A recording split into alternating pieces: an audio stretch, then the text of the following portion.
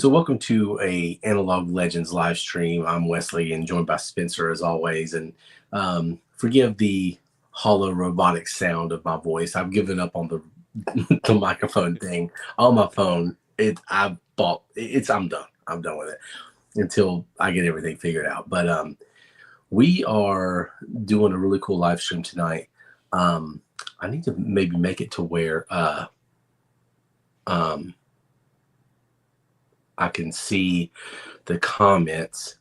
But anyway, I can see that worst case scenario. I have the power. I have a computer.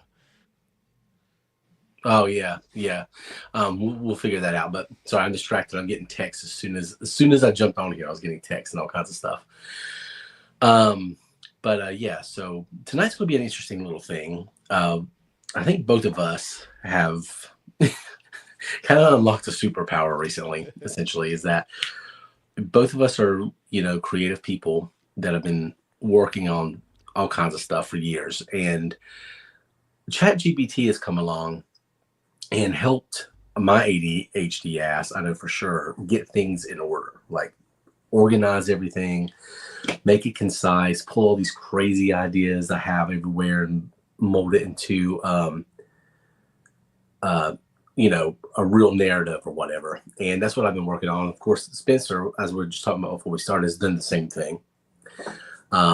So that's what we're going to talk about tonight. We're going to talk about Moonlight Cove. We're going to do some world building together. And Spencer can talk about this really cool project that he's got going on. Not too much detail, whatever you feel like saying about it. Yeah. Anyway, so that's what we're doing. I'm not as distracted now. So, yeah. So I sent you this stuff this week, and what we're working on tonight, and I'm rambling, but I'll get to Spencer in a second. Is it's called Moonlight Cove, and a few years ago, have you watched any analog horror at all? Analog car? Analog horror. Oh, horror. Yeah, sorry, my southern accent really. Yeah. I was like analog car. Like, what is this? Well, analog horror, as in. Well, so my experience with it, and I think there's a lot of examples of it. I've even seen there's a new Jurassic Park analog horror that's on YouTube, but it's usually independent media, and it's the ones I had experience with, and I'll attach this once the live stream is up on YouTube. I'll attach these other YouTube channels so you can go watch it yourself. Anybody who's listening, but there was this I think it was like channel 55 or channel 58 or something, and it was basically like a public access channel. Mm-hmm. And you're just watching like it's normal late night imagery that you would see on a public access channel, and then almost looks like PowerPoint presentations, and then it became this horror thing, and like this malevolent entity took over the airwaves, and it gets deeper and deeper and deeper. I start showing found footage of some guy running through the woods, and it gets darker and deeper and more mysterious and very eerie. It's like there's that sensation that you have when you're watching like old broadcasts back in the day when we all watched television and cable, and like a special news bulletin, or like a public service announcement or something, like when they do that. It had this special eerie feeling about it that would make your heart kind of sink a little bit. And analog horror does that. And there's been several. Gemini Home Entertainment's another one that I watched. It all looks retro. It all looks like late 80s, early 90s. That's it. Okay. Well, Yeah. there's some video games, some indie video games out there that are kind of in a similar style. There's one, I want to say it's called Puppet Combos, the guy who makes some of these ones, and he has a handful of these ones where they all look like PlayStation 1 kind of era graphics, with like a VHS filter over the top. Yes. And they all take place in about the 90s, give or take, and they're all kind of different slasher stories, of just like common areas like a laundromat, or like an investigative team that goes to a house for like the Easter Bunny killer and so on. And they're pretty well made, but they give me a lot of that kind of vibe, in that sort of sense. Yeah. There's a few video game stuff I've seen. One of the I can't remember which one it was. It was my favorite one. analog horror. And I'll find them all tonight and link them in there because I can't wait to dive back into it. And this is not a horror project that I'm doing, but it was inspired by this. But my favorite one had the final chapter of it it looked like a Nintendo 64 game. Mm-hmm. And he's wandering around this town, and then the evil villain, does whatever it does. But, but ever since I saw that, it kind of made me nostalgic for public access. And not even really the shows that were on there, because in the South, we didn't have a whole lot of very many good public access shows. I feel like you had to be in like a major metropolitan city, like New York, LA, a few others to get really good public access shows. Most of it was religious programming here. Yeah, San Francisco had some interesting stuff on there. I bet. You can watch APW wrestling on there. I remember that. I was really excited. Yeah. Yeah, so we didn't have anything like that. Every once in a while you get something kind of kooky like that. And I remember there being a local wrestling organization that we would see on there every once in a while.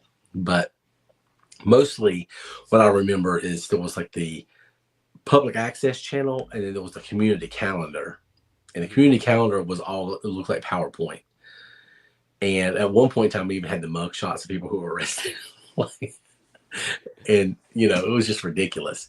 But it was very localized and very, kind of cozy, because it was like you're seeing what's going on in the town. Mm-hmm. And so I think you and I both love Wayne's World. Yes, most definitely. Yeah. And so I've always, the very first thing I ever thought of doing back in this has had to be late 90s, maybe early 2000s, was I wanted to do a public access show with my buddy Alex. And obviously we never did that. And so I was like, man, it'd be really cool to have via VHS live in like a public access kind of thing. And then I'm like, well, what town would this be for? And that's what snowballed it into like building an actual alternative town, mm-hmm. which is called Moonlight Cove. And now it's turned into a essentially like a escapist paradise. There is a mystery horror element to the narrative, but mostly it's a place where you can like eventually go like online. Mm-hmm. And it's the 80s or 90s. There's radio stations that are made of playlists that you can put it together. There's going to be a community access channel. There's like a whole lore and story for the town. Eventually I want to create like a local news for it. Mm-hmm. No, that's a sweet idea. And it's funny that you mentioned that Wayne's World thing. I just got to mention this first, because the very first video that me and my buddy Cisco ever did, we wanted to do it in that same kind of style. So we did it like pretty much like a Wayne's World style skit show, but we did it with video games. And like this was a radical idea in 2003, because there was no YouTube, there was nothing like that, and nobody was talking about video games in video format and so on at this point. So it was like extremely ahead of the curve. Of course, there wasn't really anywhere else to share it except for amongst your friends at school and so on at this time period. But that was always the thing. I love skit shows, and then I love the idea of just like talking about video games and movies and rock and roll. Yeah. I mean, I think it's something both of us, we've always thought about doing that for a really long time, which is it's manifested now in podcasts and YouTube. And what's unfortunate is that we would have been, if we could have had the power to do this back in the day, we would have been way ahead of the curve, because we would have been doing it and nobody else would have been doing it. And now everybody's doing it. Yeah, that's the thing, is like those early 2000s or whatnot. It's like, you had all these ideas, you do all these things, but there was literally not a place to properly share stuff at this point. You know what I mean? I know there was some paid to use sites and so on like that, but there wasn't really anything. There wasn't Vimeo yet, which came earlier than YouTube. Of course, it wasn't YouTube. So yeah, there was a lot of missing like parts. This is the time period you'd like mail a DVD or VHS into like a film festival or something like that. And believe me, I think when those places got like video game content, they're like, the hell is this? Yeah, it's it was a weird time, like a Wild West kind of time, because when the first thing I did, other than stuff with like my buddy Alex just playing around, was my buddy Keith. I created this character one time over at their house, I saw like Dickel Whiskey or something like that, or whatever. I created a character named Michael P. Dickel. Mm-hmm. And it was right when those Bubba teeth were popular. I don't know if Okay, yeah. yeah. So You find those anywhere. yeah, I found those. I found those, and I put those in. I had like some overalls, and I was like P. Dickel Whiskey, and I made all these commercials for P. Dickel Whiskey, and they were actually really funny. But that was on VHS. Like we had a camcorder and made that, and the only people who saw that was like us. Yeah, because that's the thing. Is like, yeah, you had to invite people over to see your videos. Yeah, yeah, that's basically how it was. A few of our friends saw it, and messed with it. But oh man, yeah, I kind of miss those days. But that's kind of like what this is. And I'm interested in kind of hearing what you've done, what you're willing to share about it. But so yeah, Moonlight Cove. The idea of this town, and I want to hear your thoughts on this. So basically, it is how this is going to manifest online. I'm not sure yet, but it's a town that's essentially stuck in a time loop. Like Y2K happens, and there's this rift in time, and these people are stuck in. Have you seen In the Mouth of Madness? Yes. Okay, So we technically did a podcast on that. I think did we? it was Yes, like one we of those did. rarities vault ones. Yeah. But I love that movie. Mm-hmm. Well, I love most of that movie. Yeah. But the Hobbs End thing in that movie, essentially, Sam Neill is the main character, and he's got to go find Sutter Kane, who's this author, and he's got to go to this town called Hobbs End. And going into that town is very surreal, very malevolent, very bizarre. And it's like it's not on any maps; it doesn't really exist. And he gets there, and it feels like an alternate place in time, like there's a ripple in time, or like it's just an even alternate dimension, or just like a mirror dimension. It's something's off, and to an extent, that's what I envision Moonlight Cove as. It's a town that is caught in a time loop. It's mainly aesthetically 1995 through 1999 is where it's kind of caught in there. Because if you think about it, that time everybody has the same cars for about 3 or 4 years, same houses and stuff like that. So that's basically aesthetically where it's at. But there's a lot of 80s stuff in there, a lot of 70s stuff in there. And time doesn't progress, and the people there don't really know. They live their just little early internet, pre-smartphones, pre-digital paradise is basically what it is. And I've built basically, lore for the town, all the elements, 2 rival high schools, all that kind of stuff too. Even but there's like a huge horror element, which I didn't expect because I'm not a big horror guy, but I've discovered now it's becoming that. Yeah, no. Well, because I kind of looked through all the notes and so on like that, and I was kind of thinking of how that was going and everything. And I do think the interesting thing of using 1999, the new millennium, is like that's the capping end, just like it's supposed to be the end of the days anyways. And the fact that it's just this place that's on a loop, almost somewhat sitcom like, but I picture it like people still like slowly age, but they like it's like time doesn't go forward, but people still kind of keep going forward. So it's almost like you're continuously living in a time spectrum, like you're trapped. Almost, I guess you'd say it's like the Dawn of the Dead thing, which like why are they back at the malls? It's because that's all they know. Yeah.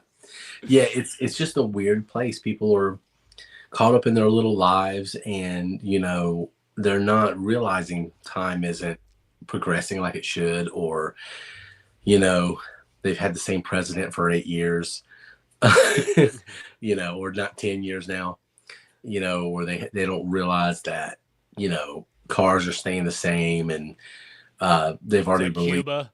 Yeah, Fight Club's been released every year for the past like 25 years. But yeah, it's I keep wondering where these Matrix sequels are supposed to come out, but they never do. yeah. It's just little things like that, and that's the part I'm trying to pinpoint mostly is how pop culture fits into it, because it's definitely heavily inspired by like movies. Mm-hmm. There's comedy elements, there's like high school movie elements, there's like horror movie elements. Even there's a bridge in the town called Firefly Bridge, and that's where like all the goth kids hang out. It's basically Lost Boys, Yeah. but like, not really vampires. Yeah, Um, just like how it's not really Santa Cruz, but it is Santa Cruz in the movie. yeah, oh, exactly. Yeah, the murder capital of the world.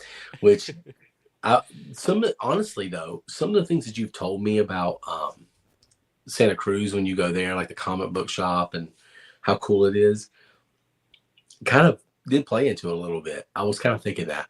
I mean, this place isn't in California, but it's not in North Carolina either. It's just kind of like I don't know where. Well, I think that Santa Cruz is a good example. I mean, I even use Santa Cruz in a lot of my stories because it's one of the few towns in California, like literally one of the only towns in California I can think of that like when you think that everything's going to be not there and change because that's what happened to every other town. It's like I go to Santa Cruz, I'm like it's all kind of still there. Like whatever I've remembered since the 90s is still there every single time I go. I go in the 90s, I go in the 2000s, I go in the 10s, I go now. The record store is still there. You know, the video game stores are still there. The old cinema's still there. All the concert venues, the Catalyst, the Boardwalk's still practically the same. It's still got arcades. It's still got the same rides. Like, it's weird that, like, things don't change as much. I mean, like, certain restaurants, like, they're still there. Like, they don't just, like, I mean, small things go in and out, but for the most part, like, the core-ness of Santa Cruz has stayed the same. Where if you go to San Francisco, it looks like it's rolled over, like, 15 times in, like, Yeah. just the last, like, 30 years. You can't almost recognize anything every single time you go there because everything's a brand new, you know, business or what have you. And, you know, same thing of Los Angeles and so on. I wonder why that is. I wonder why that town keeps its charm the way it does. I think it's because Santa Cruz is actually quite a small town if you really think about it. If, you know, at the end of the day, it's not that large of a town. Of course, it's got, you know, houses that go out for days and left and right and so on because people own a lot of property down there. But just the core town itself really isn't that big. So I think they're probably able to, like, keep it kind of in check. And this is just theory, you know, but like where other things, it's not necessarily a destination town. Like, it's one of those ones people of California really, you know, use that place as vacation, but I don't think it's one of those ones that someone's coming from like Europe's like, you know where I gotta go? Santa Cruz. Yeah. Yeah. Yeah. Well, I mean, it's kind of true. But see, you know what's so funny? I'm wearing my Ocean Grove t shirt Mm-hmm. for St. Augustine, Florida.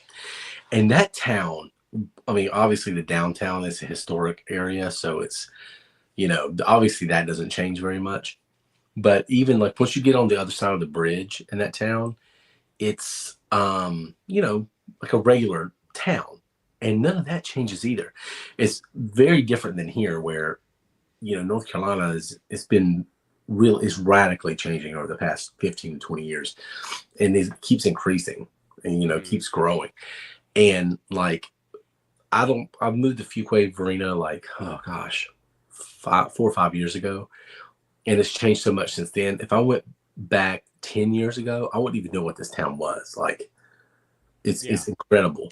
So much of this area where I'm at is just changing all the time. And I think that's one of the reasons why it's just I'm not as nostalgic. Like I'm very nostalgic over certain particular places that do stay the same.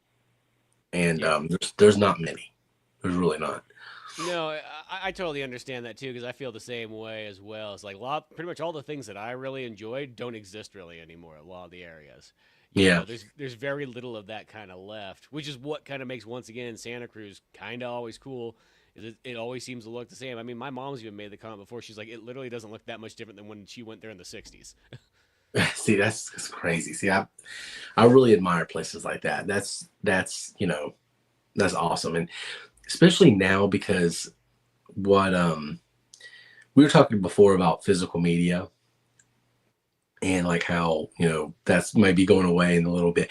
I can handle all the changes with media. Like I could Yeah. honestly I I've go kind of accepted it. As somebody who like literally lived and died by the physical media literally my entire life, like I mean, I was that person that you would not when I was younger, I would not be caught one bit using like an MP3 player or digital music or any of that stuff. At this point, I'm like, you know what? I'm fine. I've accepted the digital wave and everything like that. Of course, I still collect my certain movies I want. You know, if I see a laser disc or a VHS, but I'm not as worried about it anymore because I know it's at the tail end of all that. yeah. Yeah, it's like I can accept that stuff. Like I do miss the coziness of cable Hmm. and channel surfing, which I could still do if I wanted to. I just don't have cable anymore. Yeah, But even if, I don't use it. I haven't used it since the 2000s. no, but even if I did, it's way more sterile than it used to be. It used to be very. Think about it. You're flipping through the channels. You see what's going on at TNT. You got some Joe Bob Briggs doing something. Then you flip by Sci-Fi and it's some kooky like Mystery Science Theater 3000, and then you have all this really really cool stuff. And most of that stuff's moved on to like YouTube, like things like that. Yeah. So I love YouTube. I love watching like dead mall videos and things like that. Um, so I can accept the change in the media, even though I miss certain aspects of it and the coziness. Or I even miss watching local news sometimes, which I can still do, but it's just not the same. But what really is difficult, especially with kids, I went to Pizza Hut tonight, and we went in there. I went to meet my wife, and I took the kids to see her for a minute. She had some work to do, and I was like, well, we'll just eat at Pizza Hut right here, and then I'll go back home. And it was like being in a doctor's office. It was like first of all, there was us and like two other people in there, and one of them worked there and didn't have the lamps, didn't have the, like, what do you call those arcade cabinets we were talking about? Like you sit down. Oh, the cocktail cabinets where they have Yeah. the screens like flat so you could set your drink on top while you're playing Pac-Man or something. Yes, those were dope. Yeah. Yeah. We were talking about those recently. They didn't have that. They, were showing like Chive TV, the same shit you'd watch it as you're filling something up at the gas station or whatever. Yeah, is that's the same stuff that appears in my gym is like the Chive TV thing. I'm like, Yeah. please, can we get this off? Like, I'm like, it's like not even like I don't care about watching people like jump down rock cliffs and so on. Plus, that feels dangerous to watch when you're in a gym. Yeah. Yeah. No, it does actually. Stupid Yeah. cat videos and so on. It's like, what is this? Like, how much are you getting paid? Like, all I can assume is that companies must get paid from Chive to have that be playing there. 1000%. It's basically like TikTok without anything that can offend anybody. Yeah, it's filtered talk. Yeah. Yeah. It is. And it's just, I hated it. But all the charm and all the magic that was there at Pizza Hut, Gone. way gone. They had those classics, but the closest one to me is like an hour and change away drive. Yeah, I haven't ran into one of those myself, so. Yeah, I have a list. Well, all of them are. I'll send it to you. All the pizza classics. I'll see what the ones in California are. But, yeah, it missed the magic. But like the mall isn't fun anymore. I feel really bad for my kids in a way. Like they'll have, like my wife said, they'll have their own special places, but I'm like, I don't know. Yeah, special place like like the MetaQuest 6.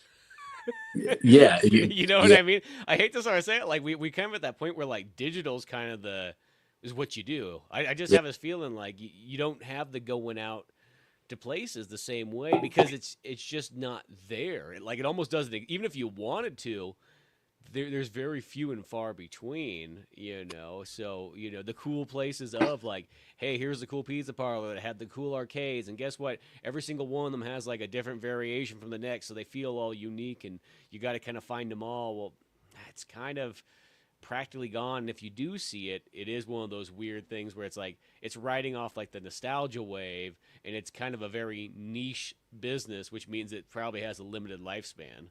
Yeah. I'm hoping Generation Alpha will see the value in that and want to bring some of it back.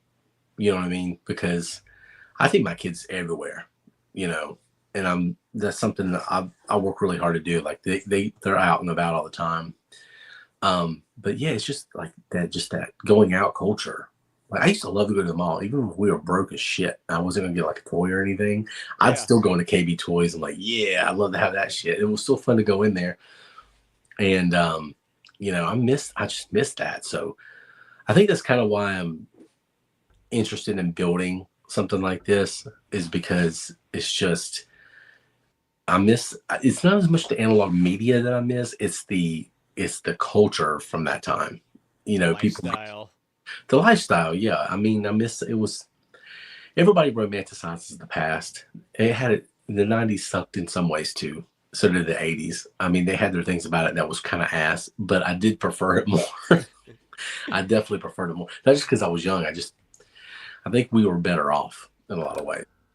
Well, you know, this is Rob Zombie said once on a podcast that when he thinks about when he makes movies, he's like, they all I make all my stuff take place in the 70s. He's like, that's just where I want to be at. That's, you know, that's my kind of happy spot. So all my movies are the 70s and so on. And I'm like, you know what? That's kind of how I feel, because whenever I kind of write stories, I always make them kind of in like some kind of nostalgic way or something like that. And I feel like that's just the way you can travel back in time, is you can always just write stories and just have them be period pieces, you know, and there you are, you're in that location. But then you can kind of curate it and actually make it like better than it kind of actually probably was at that exact, you Hmm. know, time frame. You know what I mean? You could combine more things in that, you know, and on the things that you wish were sort of in certain areas and so on like that, you could only dream of. Well, guess what? In the story, you can put them there. Yeah. Well, I've noticed that when you romanticize those eras, it's via, it's like a commercial. Hmm. Like how commercials portrayed the perfect vision of the world at that time. Yeah, You know, exactly. like a Folgers commercial. Like that's how I picture that, or maybe sitcoms, or like there were certain TV shows that had that really cozy quality. Um, and that's kind of when I romanticize that stuff. I think I filter it through that unintentionally, like a Folgers commercial or some shit. Well, I But that's always think that commercials are the ones that capture like the moment like much better in tone than both a movie and a TV show. And I think it's because like, you know, a movie is like, you know, multiple years in the making, so it's kind of capturing like, you know, almost like a quarter of a decade in its style. But like commercials like made maybe in a couple of days, you know, a couple of weeks or so, so it captures literally like it's, you know, 1973, you know, March. You know exactly when it is. It's like specific to like right here and there. You mhm. know, that commercial that might come out in November same year could be completely different looking because the times have changed in that amount of time. Yeah, they're focusing on something else that quarter to drive sales than what they were focused on in quarter two. Hmm. And Exactly. it's just, yeah, it is. It's very time specific. It's very, very time specific. And I was just watching. I bounced on TikTok the other day, and it was somebody singing the jingle for the Hoover vacuums, and Hmm. she started singing it, and I felt like a sleeper agent that was activated because the jingle was like. But even when she started singing it, I'm like, what is this? And you don't hear to the end this like Hoover, nobody does it like you. But that jingle, like they got like a really good singer. They really put time in. Nobody does it like you, and like they did the whole thing. And I'm like, God damn, they really put so much effort into the commercials back then, because a lot of these jingles were heard more than a lot of pop songs at the time. It was Well, like I big. think about jingles too. There's certain ones that's like I probably haven't seen the commercial in 20 plus years, but I could like almost sing the whole thing to you. You know, there's Fucking like Mentos. yeah, yeah, the Mentos ones, or there's always like the, I always think of the, there's a Subway one. It's not a Jared one, but it's like there was that one where it's like Henry Clay Henry, he's a fireman, ate too Yeah. much burgers and fries, now he's down to a smaller size. You know, it's just like things like that. That goes through my head. I mean, I literally sing that song when I go practically into a Subway. Like that's what I Yeah. think of. I There was one. This is extremely niche. So niche that I couldn't find it a couple years ago when I thought about it. My brother and I were talking about it, but we were down in St. Augustine, Florida, and there was this chip. I found the company eventually, but I never could find the jingle. But it was bull chips are crunchy, eat them with your lunchy, great for a snack. You can't take them back, or something like that. But it's still, and then it's like bull chips and bean dip, da da da, and it just stuck. Like I was like, this is a radio jingle that I heard for like this is like a week window maybe, Yeah, like late '90s, but and you I probably heard still it multiple times in that week. That's just oh the I thing heard it. about it. They played it nonstop. And it was just like one radio station we heard it on during a week of my life, and I still remember it to this day. I don't know, we're like probably pushing 30 years since I heard that jingle.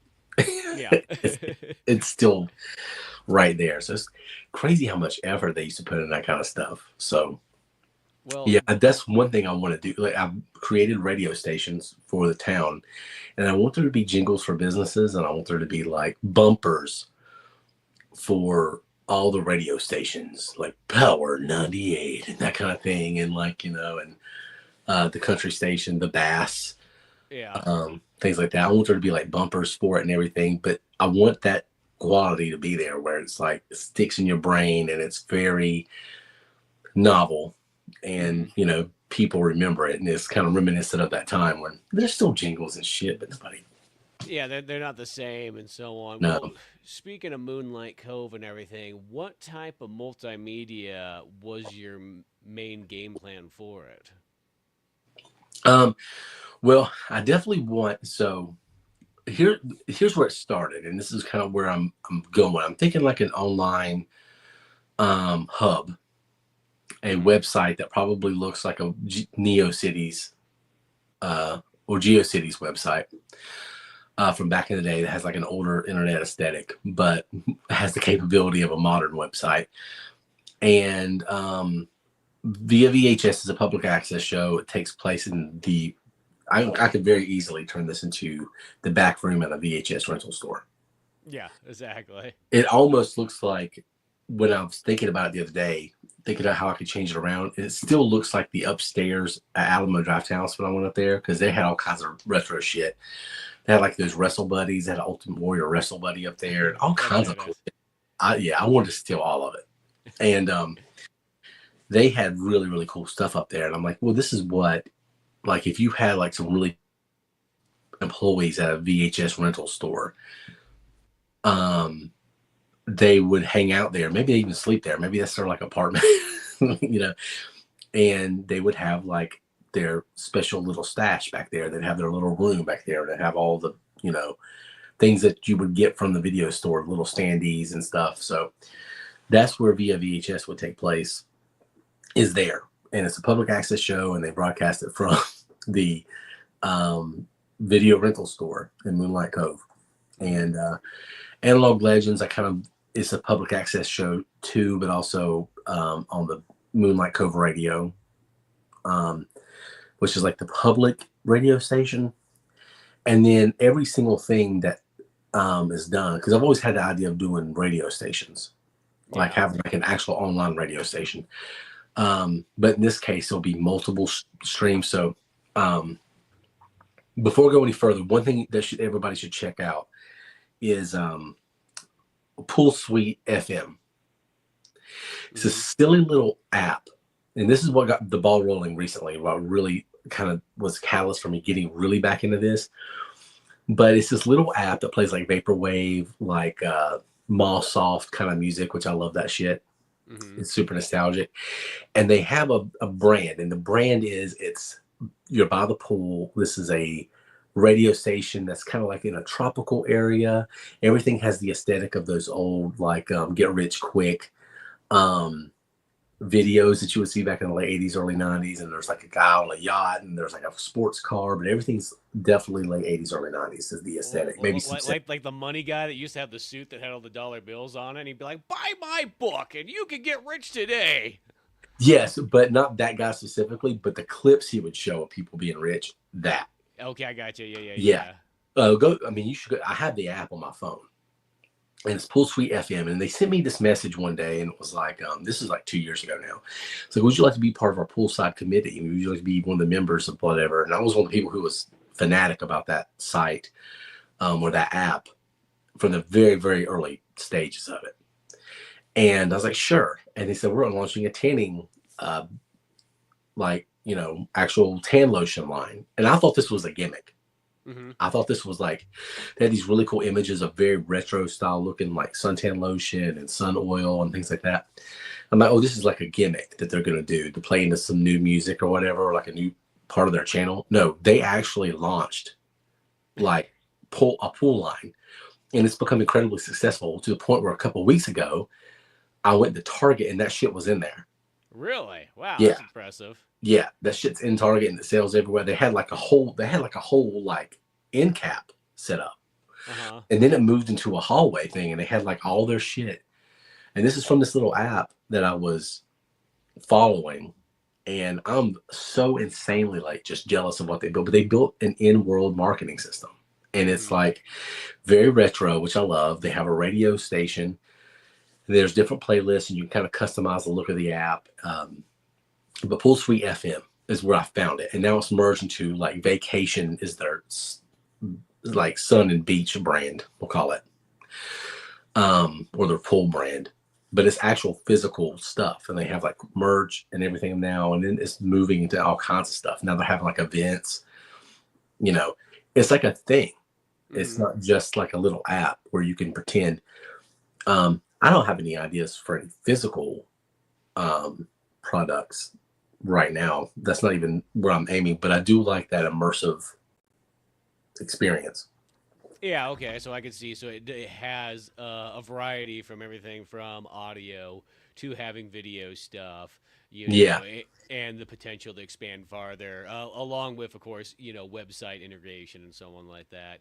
yeah, Okay, so it does have that because like when I read this and everything like that, I was kind of thinking about something like, well, this feels like it could go so many different ways. Like this it could. sounds like it could be anything from like a video to a radio thing to literally even a book. Like it has like all those like different like story elements, a screenplay, like so I was kind of wondering exactly what like the whole like combo plan was. I am gonna. It's gonna be all of that. Because Mm-hmm. I am going to build a narrative and I'm going to write a story to it, Mm-hmm. and it'll be this thing that can act out, but there'll be other elements to this narrative that you can kind of go inside the world. And so via VHS will be there, Analog Legends will be there. Um, I have all kinds of ideas. I've even thought about, man, like, what if I just started a wrestling promotion and like aired it there? You know what I mean? And that was Exactly. you know what I mean? The in world thing. That's a lot to do. I can't even imagine what would go into that process. But it's still an idea I've had. It's uh, so yeah, it's definitely going to be an online thing, but it's going to be a multifaceted thing. There's going to be a world that's built that has a lot of lore to it, and there's going to eventually be a narrative, but it'll be able to interact with in a lot of different ways. I want a visual. Oh, well, let's do the turn the camera off for a second. Yeah, you just got you gotta tilt it one way and tilt it back. That's Oh, all is it that what I is. gotta do? Yeah, it's just one of those goofy things where I don't know why it automatically does that, but Yeah, it's so weird. yeah, twist it vertical, then push it back to horizontal. Yeah. Oh, let's see if I can turn it off and do it for a second. Um, It's either that or you just gotta get the rotational lock off or on. I mean, so that it stays there. There we oh, go. yeah. Okay, cool. Yeah, that's what I'll do. I'll turn it off next time I flip it. But yeah, I've been talking a lot, but that's kind of what it is. It's a big thing, and this is not something I'm doing really soon. I want to eventually slowly get into this. Mm-hmm. It's like a 2026 kind of thing. Yeah. Um, but I'm definitely going to spend the rest of the year kind of building it while doing everything else. Um, but yeah. So there's radio stations. There's two high schools. There's like Apollo High School, which is kind of Apollo Academy, which is kind of like the richer high school. Mm-hmm. And then there's like Neil Armstrong High School. Everything's a moon theme because I like gimmicks. Yeah. Neil Armstrong High School, which is like the Jets, and they have a big rivalry, but they're like the more middle class, lower class kids. And so there's like contempt between, both sides. So I wanted to have like an element where there's like horror elements that's Mm-hmm. inspired by horror movies, 80s and 90s horror movies. With the high schools, you get the rivalry, you get the teen elements. So there's like a bridge where the goth kids hang out, and there's like a quarry where like all the kids from both schools go to party and they do different things and drink and all that stuff. And the stories can take place there. There's the football games, the basketball games, and the rivalry there. So that's like the teen, movie element, the pop Mm-hmm. culture movie element. So you have horror, you have that. And then there's like mysteries within the town, sci-fi kind of stuff, inspirations, a lot of sitcom inspirations, as you've mentioned, and kind of picked up on. There's, it's like a fake little world, and kind of Cosby Show meets Twin Peaks. Yeah, yeah, that's what I was kind of seeing there, like, with a vibe of like Mallrats as well.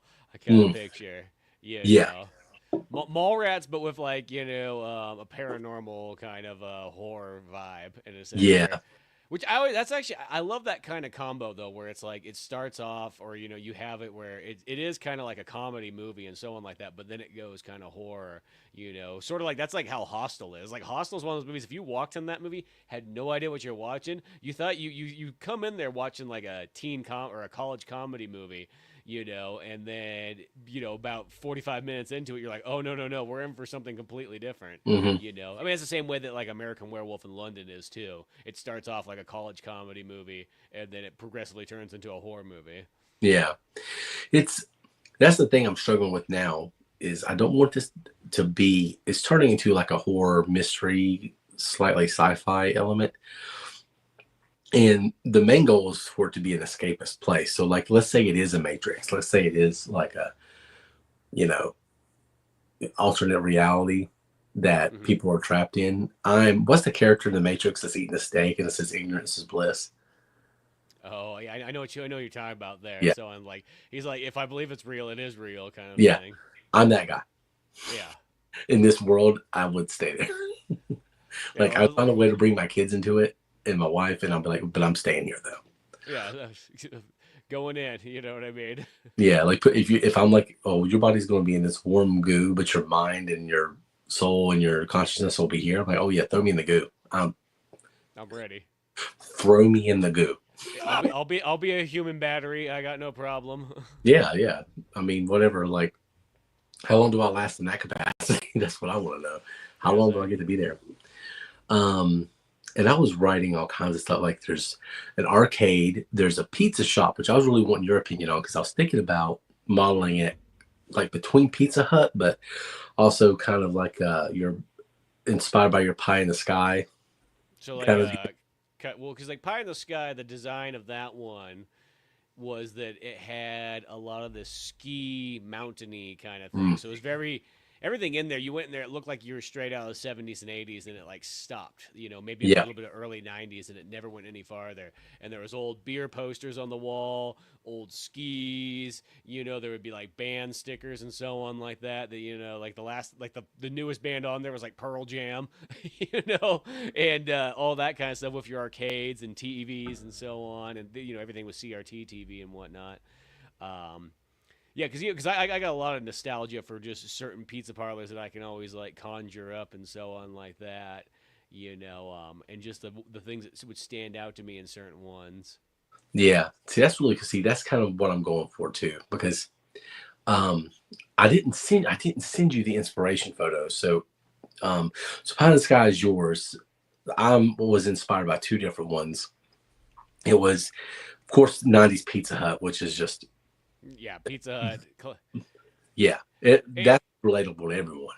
well, and a good example of that, even though this is 70s, but is in Bad News Bears. You could see a really good variation in that Pizza Hut in that movie.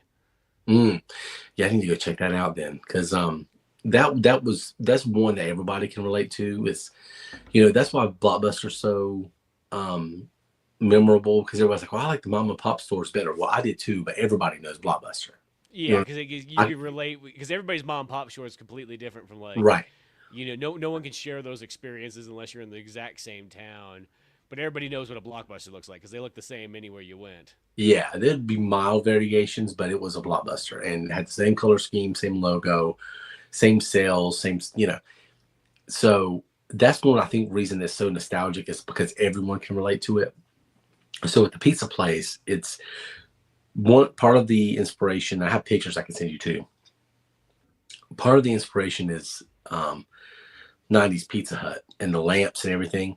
But there was also a place I ate as a kid in my hometown. I'll send you a picture of this too because it's still there. The business is still there, but it moved Hmm. away from where it was. The movie theater that I went to as a kid, it moved away from there, and it moved just like a mile down the road. It's called Village Inn Pizza. And when I was a kid, it was in this A-frame building, Oh, that's cool. very 70s looking. It had like stone at the bottom of it, and it was wood, and had that certain type of wood you would see on roofs that you only saw in the 70s. It looked like it was like straight up from the forest. I can't even, that's some roof tile. And it was a buffet. And they actually put a little bit of beer in their pizza crust.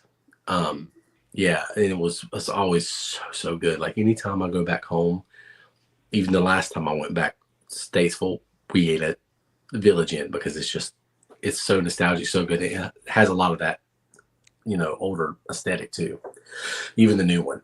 Yeah. So that was kind of the pizza place. I was gonna throw that. This doesn't exist like this anymore, sadly. But probably the biggest chain, or at least the chain that defines California more for pizza than any other one, is Round Table.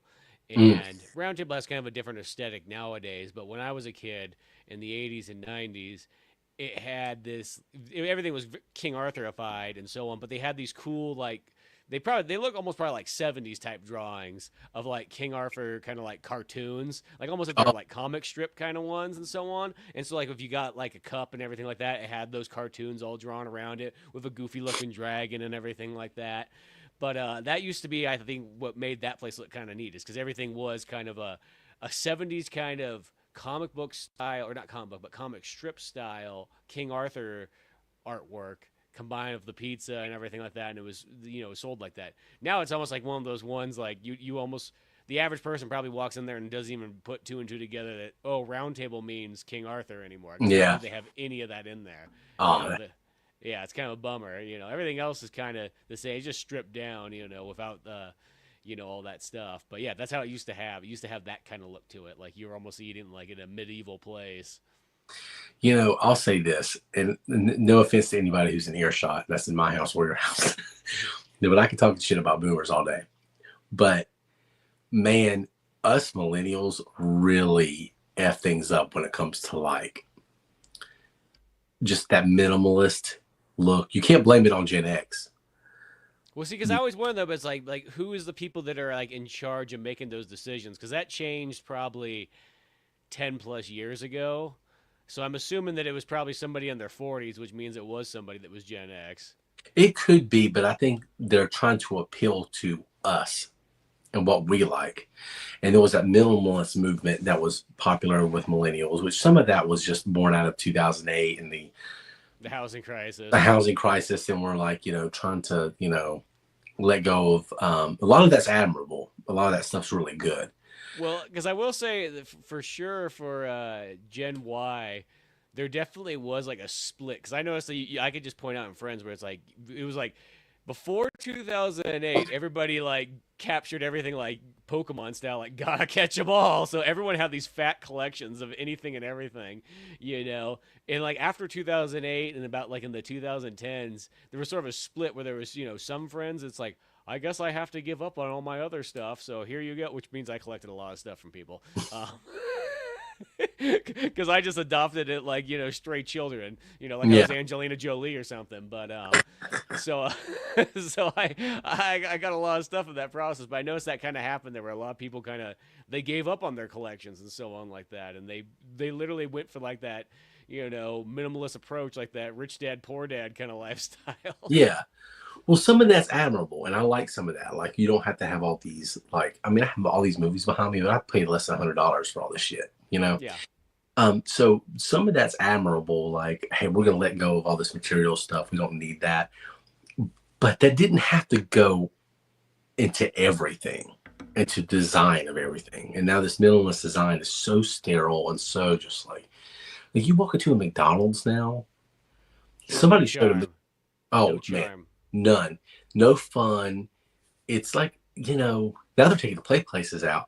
And somebody showed on, I think it was TikTok the other day, they went to a McDonald's and it barely had any, it was a brand new one. It barely had any seating in it. Yeah, they don't want you to be in there anymore. No, Starbucks is taking out all their seating. Like that was. I understand Starbucks because people would go in there and sit for 4 hours and order one coffee. Yeah, no, I think that's what Starbucks is like, dude. We got to get. There are some people in here that don't have any lives, and they're just here for the free Wi-Fi. Yeah, but I loved it though. Like I loved.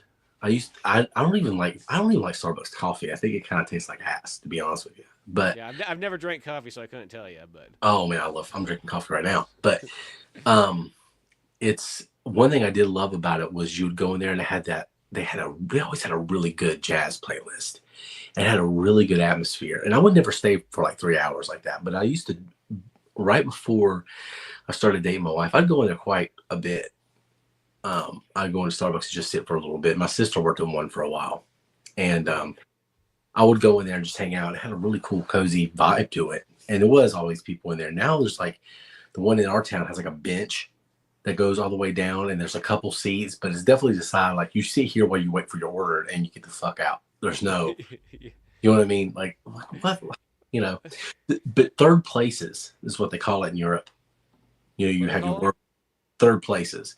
Third So you have your places. work, your home, and then you have your third place where you can go and you have this certain people you meet. It's fucking Cheers. Yeah. There was Cheers. You know what I Okay. mean? The Cheers. I understand this reference. Yeah. So that's what the third place is though. And that was, Norm had his work, he had his home. He's probably at Cheers too much, but he still had his third place. You know what I mean? Mhm. Yep. And that's what it was. And we don't that is one thing I'll say about America though, we do not do very well anymore. Almost at all anymore No, is well, the third place. you could say that that is actually probably the biggest thing that got lost and past the millennia, is the fact that yeah, people don't have a third place anymore. Yeah. You know what I mean? That used to be like, whether it be anything from like, oh hey, we go here, we watch a concerts, you meet up with some friends, what yada yada yada, all that kind of stuff. There's nothing like that Yeah. anymore. And even if you wanted there to be, there's not even a place you could even set that up at. Yeah. I hate to sort of say it, like that is like 100% gone. I mean, the closest thing you could probably get is a gym, but I feel like Yeah. a gym's environment changed quite a bit. I think it was due to like I was working out at home, but I think 2020 kind of jacked a lot of the stuff up in like the gym thing, because Every I worked out at home for like a decade, so like I kind of missed like this. I saw what a gym was like in like the 2010s, and then I saw what a gym was like in like 2023 or whatever. So I skipped this whole like decade of it, and then I was like, oh, it's like it's not the same. Like a gym used to be like Cheers. That was the best way you could kind of explain like what it was like. mhm. You go in there, you handshake everybody and whatnot. You wave, people help you out and they spot you. You work in with each other, like that was kind of what it Same is like. people And over. nowadays, it's like, dude, like working in with somebody, like almost never happens. Like, dude, one guy, like in like 2 years, I only had a guy work in with me once, and we commented on that. We're like, dude, nobody works in with each other anymore. Now, granted, I'm not gonna say it's all gyms, because when I went down south to CT Fletcher's gym, it was all the classic environment. Everybody was there. They wanted to help each other out. They were, slapping high fives and so on like that, giving each other hugs after they did a lift. Like the camaraderie was still there, but in a lot of gyms that totally went away, and they're kind of like sterile. And I'm not saying there's still a lot of real friendly people there, but not as much. You think it should be like 75% of the people plus, Yeah. Yeah. I'll give credit where credit's due. I'm pro America all day. Hmm. That is one thing Europe beats the shit out of us in is that it's just community element. Go to a place, it's a very localized little pub or a little nook or a little cafe, but you see the same people and you make friends, you make relationships at these places. Yeah. I mean, and we're kind of doing that through podcasting and other things like that. But you know, I've never seen you in person. No, in like a decade. Yeah, yeah, yeah. So I mean, it's that's one of the things. It's just like I could do that through here, but like buddies I've made, like Chris Brayton is another one. I was talking to him today about Ninja Turtle stuff. He doesn't even have a podcast anymore, but I meet these people, we do certain things, but I don't even see them in person. That's just one place that we're really, really missing. I think that's another thing with Moonlight Cove I'm trying to create is like a community, but even that would be online. even Well, even the citizens would be online. yeah, it's that weird thing that it's still in that well, the main thing it's missing always is it's that in person connection thing can't really be replicated. It's Mm. great that we have all these futuristic ways of communicating with each other and so on. No matter what, that's still way cool. It's better to have that than to not have that. Because I just picture like if it was the '70s and you were this far apart, you'd be like, you got a phone call. That's about what you got. You know what I mean? Um, but you also like what else you got? Telegram, maybe, like Mhm. so on. See right here, Yeah, community was lost with the evolution of social media. Small Irish one said this. that's a big part of it. Definitely a big part of it. Yeah, I think that kind of did too. It's kind of like even video games themselves kind of like they wanted you to not hang out with each other anymore. They became designed to be like no more split screen, no more four players. Like you don't go to someone else's house. That kind of all went away because that's the thing too. It's like if you haven't played four-player video game in a long time, like pull out that N64, slap on some Wayne Gretzky or something like that. Like you'll see instantaneously how good that experience it is and how it can't be captured any other way. With four friends in the room, Hmm. cracking some Mountain Dews, you know what I mean? Surge. Oh, there we go. Yeah, it's yeah, it I have I have conspiracies on that. I have as part of the breaking down of society for ultimate control is, when we're not hanging out with each other as much, there's less of a sense of community, there's less of a bond, there's less of a chance of us, saying fuck the government because you did this to that guy. Well, you did it to him, not me. So, I think that's a part of it. I really do think that. I'm not a huge conspiracy guy, but I think a lot of this is designed. I don't think it's just happenstance. I think that there is a overbearing kind of entity that kind of wants us to not be as close anymore, and or as organized. Kind of corral us into our own individual spaces and so on. And Yeah, unless it's they want us to tear up a city, and then they'll create a fake, you know, outrage for us to go block traffic or brick windows or loot or something. yeah, But yeah, I think that's part of it. It's really sad. But yeah, there's no third places are not this. It's in kind of small towns are even kind of disappearing. Honestly. yeah. No, well, for example, because like the area I'm at would be considered a small town, and so on. And yeah, literally, there's no like hangout spot like there used to be. Like like there used to be a place where it was called Mountain Zion, and ironically, it was a church that was trying to do the thing where I think they're trying to convert like the kids and like teenagers and stuff, and they're like, so we're gonna have these punk rock concerts and we're gonna have these heavy metal shows, but here's the thing: is they're gonna be hanging out here, they're gonna be having a good time, but you know what? They might look over and be like, well, Jesus is right next door, just come on in, and so on, which I don't think ever worked because instead you just got like punk rockers coming in there with like upside down crosses like on their jackets and so on like that, drinking beers in the parking lot. But the thing was, that was a place you went, you hung out. There was always local bands playing, so like you knew, like oh, there's some buddies, playing over there and something like that. Hey, a couple of people I know. I met people that like from like different schools that I would have never met any other way, and so on like that, and had like interesting connections with these people throughout time. Like that weird one where like you only really just saw them maybe once or twice a year, but you had this weird like strange connection where you're like, yeah, that's a great guy. I like that person right there. Yeah. All lost though. There's nothing like that. Yeah, it's not. It's sad too because as much beef as I have with elements of going to church growing up, because there's a lot of beef. There's a lot of it I miss too. There was a good camaraderie. There was a good community, fellowship. There was some bad shit too that I really hated, but and I still do. But there was a lot of good elements of it too. I kind of missed some of that. I think that was another thing that's being lost. There's say what you want about religion, but church isn't that bad.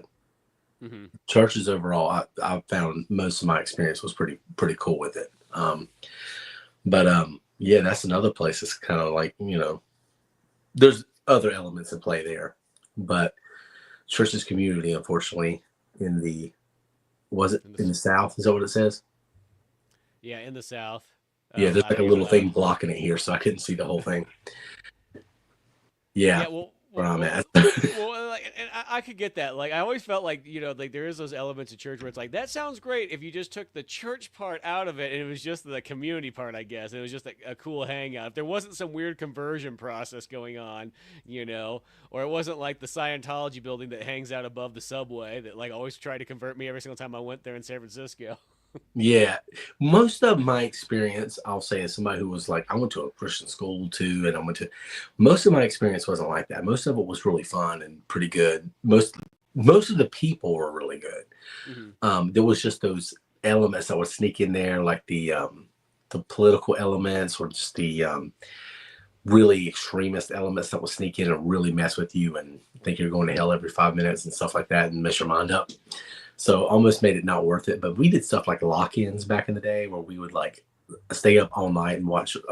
We watched like Dunstan Checks In and stupid shit like that. Like, Blank check. yeah, Blank Check. Yeah, I'm trying to remember what was the movie with Joey from Friends, and there was a monkey and there was baseball involved somehow. Oh, I do kind of remember this one. This sounds familiar. Oh, I what can't was the remember the name of that? title. I watched that movie at a lock-in, and it was there was See, I'll say the title lock-in does not sound it like sounds bad. safe. It sounds like you're getting punished. Yeah, Like. about what? No, I was at it. Okay, a lock-in is where you would. I did this at a couple of different churches, but you would go. The best one was the ones who had the basketball courts because then you play basketball like literally all night. But it was basically like the youth group where they would go to the church and you weren't like literally locked in, like you could fucking escape, like, like you could get out if you wanted to. Sound But like that yeah, Stallone movie Lock Up. yeah, no, you could go there like and you would just hang out. Lock-ins were the shit. Yeah, they were. They were fun. Yeah, I mean, I had a lot of fun there. A lot of, and there was some nefarious shit that went down with these lock-ins too. People don't try to, just because you're in a church and um, some nefarious, no drug use, but people were discovering things at those lock-ins. but, um, but yeah, we had fun, man. But yeah, we would hang out, play some stupid games, basketball if they had a basketball court, because one of the churches I went to had a basketball court. But I remember this will show you the dichotomy of it real quick, and this is the last thing I'll say about it. I remember I went to one lock-in. It wasn't my church, but it was a church that I knew really well. I'd been to a few times. One of my family members got married. It was a really beautiful place. Had a big gym. And anything you did at church is like, okay, we're gonna have fun. We're gonna watch a movie. We're gonna watch a stupid movie with Joey from Friends, and there's a monkey and there's baseball in it. Who knows what the fuck that movie was? We're gonna do all these fun things. There's gonna be popcorn. We're gonna eat junk food, but we have to have like some Jesus tie-in. We gotta tie Jesus into this somehow. And most of the time, it was just like we had a quick Bible study, a prayer, and everybody said something cool or like introduced themselves, and then you go back to playing tag or whatever the hell you did. But this one I went to, everything was cool. I had so much fun. I was playing basketball, but this one part, they're talking about the importance of getting saved, and they did this thing. This is so traumatic, and they simulated hell. They almost was like Just running some background like shots of Doom. no, no, it was almost like a sensory deprivation thing because we were still so dark, and they had like We get a they little had it really. creative with this. I really don't know how they did it. It was really hot in there, but you couldn't see heaters. Like They blindfolded you.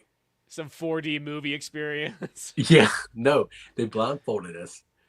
Uh, yeah, not yeah, but fucking that.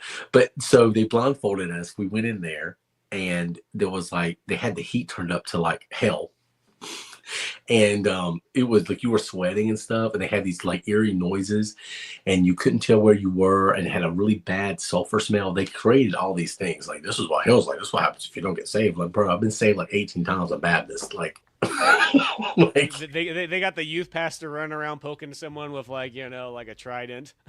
yeah, yeah. They did. There was no like. There was the presence of no one. That was part of it. Like you're supposed to feel very, very alone. But yeah, I was like, what the? I thought about that a couple years ago. I'm like, yeah, I remember playing basketball there, and I was hanging out with this girl. And I was like, oh yeah, they simulated hell too. What was that about?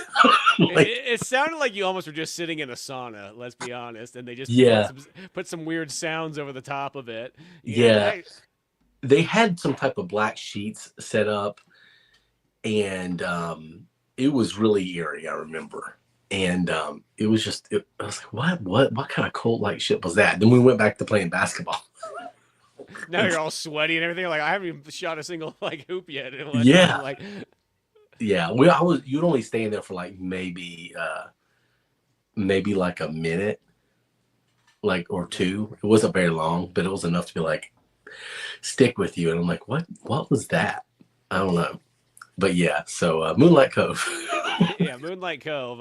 It's not going to feature, some simulated Yeah, hell, or maybe we it are not will. we are not gonna have a hell simulation unless y'all really want it. If y'all want it, I'll make it. Maybe it is hell. Maybe it's purgatory.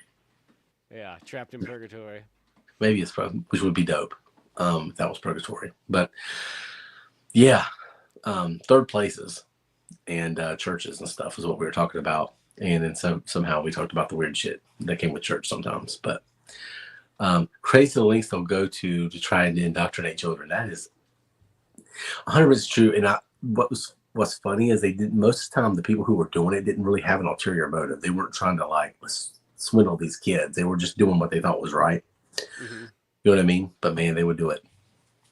Oh my goodness. You mentioned those third places, and this is the one that I think about for like a really older generations that pretty much almost is falling off the face of the earth, but it's all like the old-fashioned clubs, whether it be the Elks Lodge, Yeah. or the Moose Lodge, the IOOF, the Shiners, and then out Mm-hmm. here in California they got one called the Clampers, and they actually extend out, I think, to like Nevada and Oregon and stuff. Mm. And pretty much what the Clampers is, it's like an old school union from like the 1800s for like the miners. So pretty much if somebody died in the cave or whatnot like that, they took care of the family and everything like that. Oh. And nowadays, it's pretty much just a bunch of guys that dress up in like leather jackets and red shirts and just get super hammered and then put on charity events. That sounds fun though. And I kid you not, like I remember we DJ'd one of their events where they had like 3 different counties all came together for a big old like hoedown and whatnot. The food that they made in their barbecue thing, like everything was phenomenal. Really? Everything was. Each recipe was so dialed in. There wasn't just like one thing like well that side was just okay. No, everything, the main course, the meat, the barbecue, all the sides. Everything was like top notch. Like it's almost like they spent 150 years perfecting this recipe. Damn. Yeah, I'll see that shit in the South sometimes, but yeah, they're just like the classic hillbilly kind of like group, but they're real fun and so on. Their club's like one of those ones where like the dude was like, I think he was trying to get us into it because he wanted free DJs, and he was trying to like sell us on. He's like, you know what? He's like, don't mind the skirts here. This is like one of the only 2 events that we allow women. He's like, we do this big event every year where I get 2 big old beer trucks and just 2,000 dudes go out in the woods for like a week. And it's like, that sounds terrible. yeah, that does sound terrible. A week, yeah, like a night maybe, but oh gosh, Yeah, like a week, just a bunch of guys out there just getting hammered. yeah. If anything that happens this week can happen and you're not gay. Yeah, exactly. There's no women there to judge you. Yeah. Burn crosses, he says. Maybe. Well, I mean, I will say that they do have like Confederate flags and so on that we're all there, and they have black guys in the group too. So and the black guy was the most country of them all. So that's how it happens here. A lot of times you'll see a black out the Confederate flag, and I'm like, okay, well, like Uncle Ruckus. Man, don't get me started. Confederate flag. It gets, oh gosh, there's some people here that are really passionate about it, and they're not even racist. They think it means Southern heritage, and so they're like, man, it doesn't mean racist. It's not about racism. I'm like, yeah, but when they were doing racist shit with the flag, where were you then? Exactly. Well, I feel like that's how the people in California that have it are, because a lot of times, like the joke always says, like I would see more Confederate flags in California than I'd see in other states. I think it's like for the longest time it was just like whatever, nobody cared in California. It's like, oh, that's different. It's just yeah. When I was a kid, there was people who didn't do it out of like malice. It was just something you saw all the time. So it was like, yeah. It's not, people didn't think of it as much. It wasn't until later when it was brought to everyone's attention and really talked about in school and everything that people started like, oh, but when I was a little kid in the South, I literally saw it everywhere. It just wasn't even something I thought of as negative. I honestly thought when I was a little kid, it was just another version of the American flag, which kind of kind of was, but It kind of is. It's because realistically, at the end of the day, what it means is it's an alternative government. If you really break it down. oh, this is Donald, by the way, Wes. Oh, what's up, man? What's up? Oh man, that's awesome. Yes, I like your little small Irish one. Yeah, I've known Donald forever. But yeah, he knows what I'm talking about. Like there was like these little groups that would like anytime there was like this event that happened, there would be like, maybe we shouldn't fly the Confederate flag over the state capital of South Carolina anymore.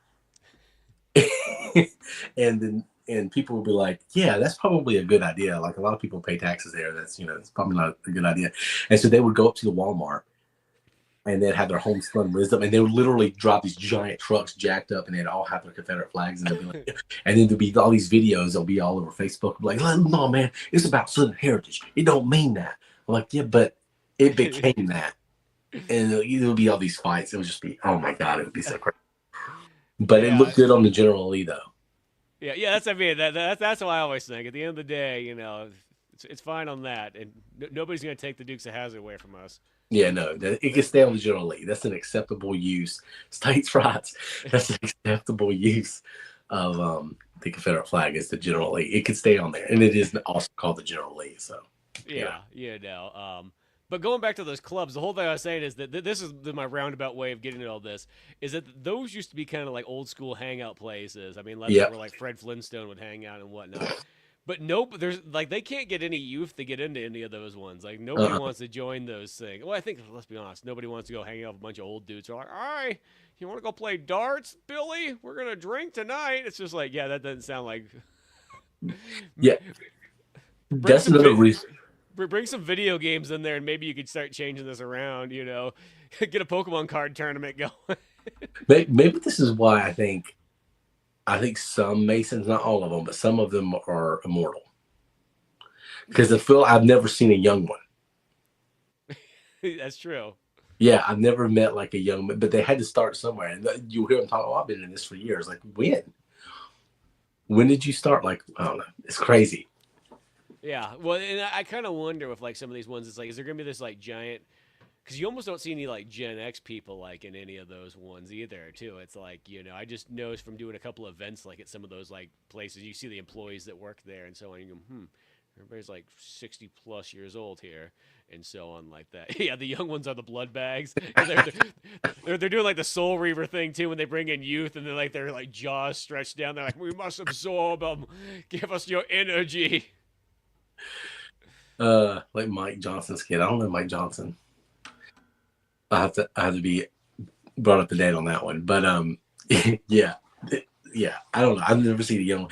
But that is maybe it'll be like there's gonna be like a group of people in Moonlight Cove that are like the Masons, and they kind of know about the time loop thing, but they don't really know. But they're onto it. And they all got to be over 60 for some reason. Yeah, they're all over 60. They're protectors of the secret. Yeah, I created this whole thing today. Like, there's this real quick narrative. There's like a statue in town. This is the town founder, and everybody just knows the historical explanation of the statue, but really it's the person who orchestrated, or the entity that orchestrated this time loop or whatever. And he's actually dead now, but somebody in the town has his consciousness, and they're the ones who can figure everything out and how to stop the loop, but you got to find who it is. But yeah, that's part of the narrative I've created. But yeah, there'll maybe be some like Masons or something Mason-esque that is in on the secret, and keep preserving the little alternate reality they have going on. Yeah, have some weird kind of Twilight Zone-y reasons of like why it keeps going, and it's like continual loop and so on. Yeah. But yeah, there's a Moonlight Cove. I could go on forever and all the things that we put together. I'm going to put some graphics up at some point in time. There's a mall. It's a very 80s, 90s mall called the Moonlight Galleria. There's 2 rival high schools. There's radio stations, public access stations, an arcade / bowling alley. There's the pizza place, which we mentioned. There's the train bridge that has the creepy kids. There's a quarry. There's a marina. Oh, there's a marina area that has like it's kind of inspired by near my grandparents' house. It's actually on a river, but if you go a little bit closer to the area called Cheryl's Ford, which is where my family found it a long, long, long, long, long, long time ago, there's like a little marina down there with like a little uh, kind of like restaurant bar vibe Mm-hmm. to it. They've changed the name to it like 100 times. It used to be like JB Frogs or something, and then it became something else. So yeah, I'll have on this marina and this cove. There'll be like a little restaurant place like that, an old gas station, all the public utility places you'd expect, fire station, whatever. But there's a single A baseball team called the Mm. Moonbats, Okay, which I yeah, thought was it's really, really fun idea too. yeah.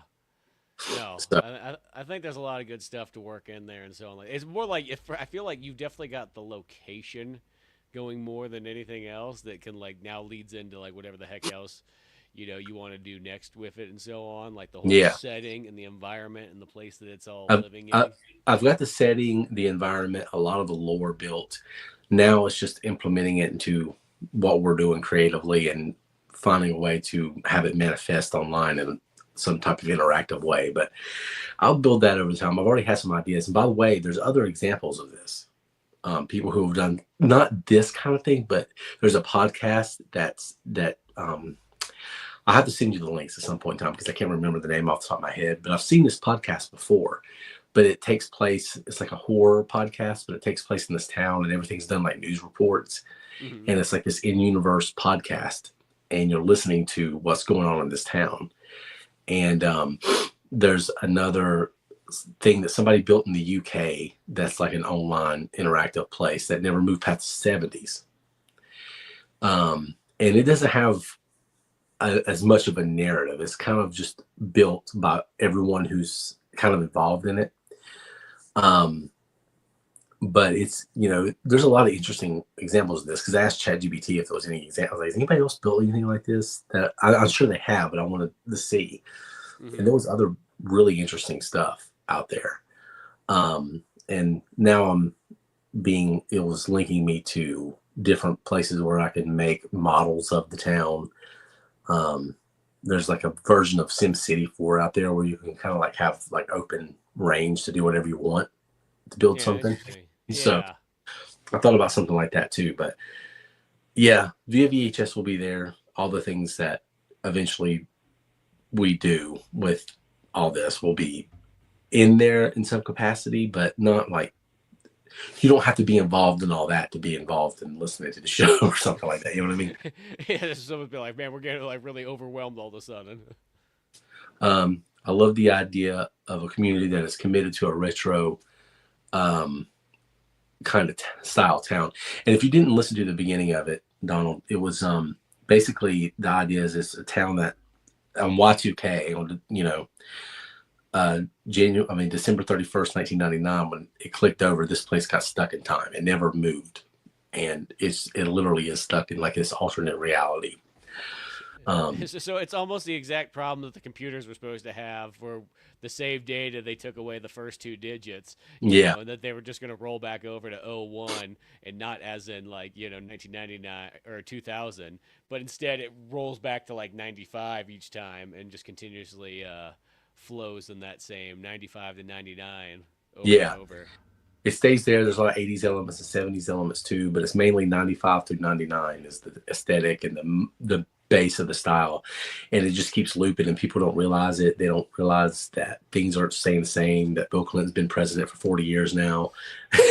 And like, um, that's kind of the idea of it. It's just, a pre 9/11 world is the one I was aiming for too.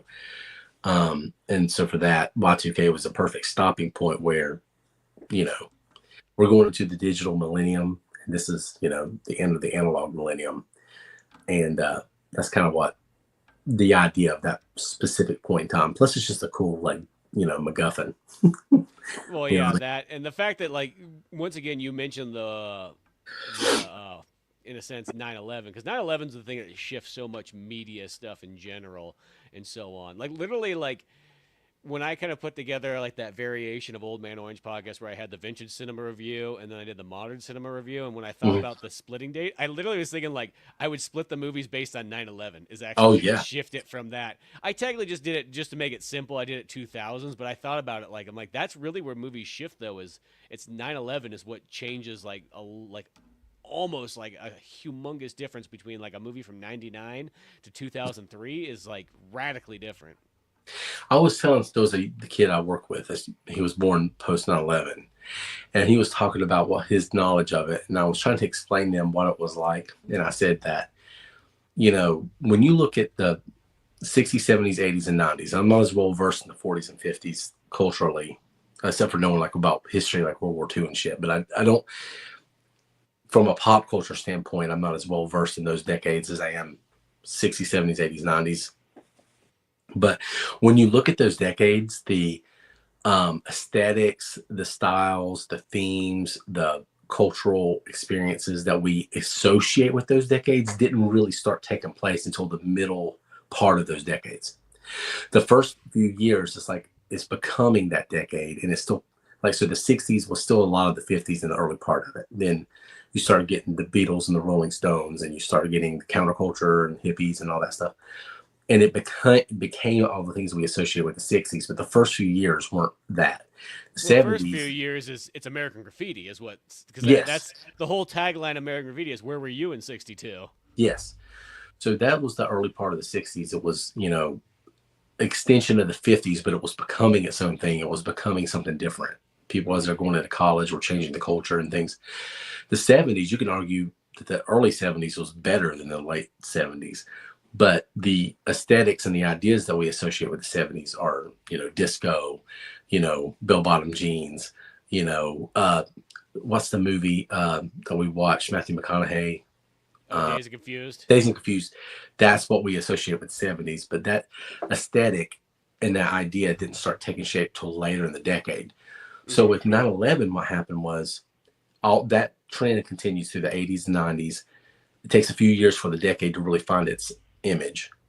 And then with 9/11, we're early into the decade and we're starting to figure out what it is. And the 2000s starting to become whatever it's going to be.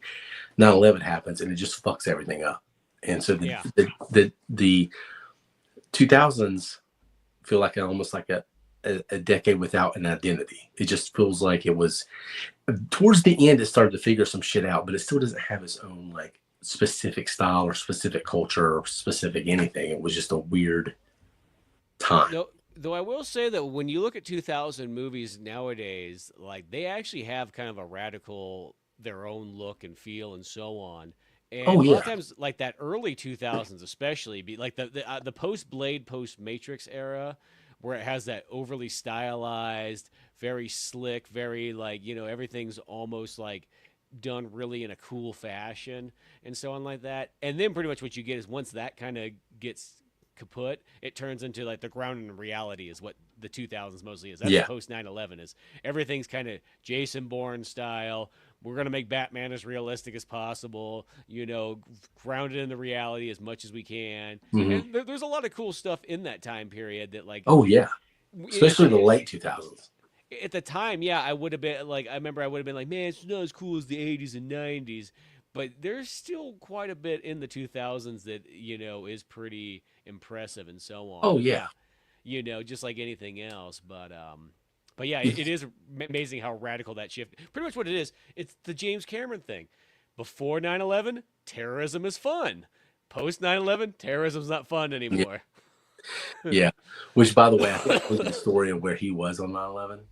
James Cameron. Was he under sea? He was on the deck of the Titanic with Bill Paxton.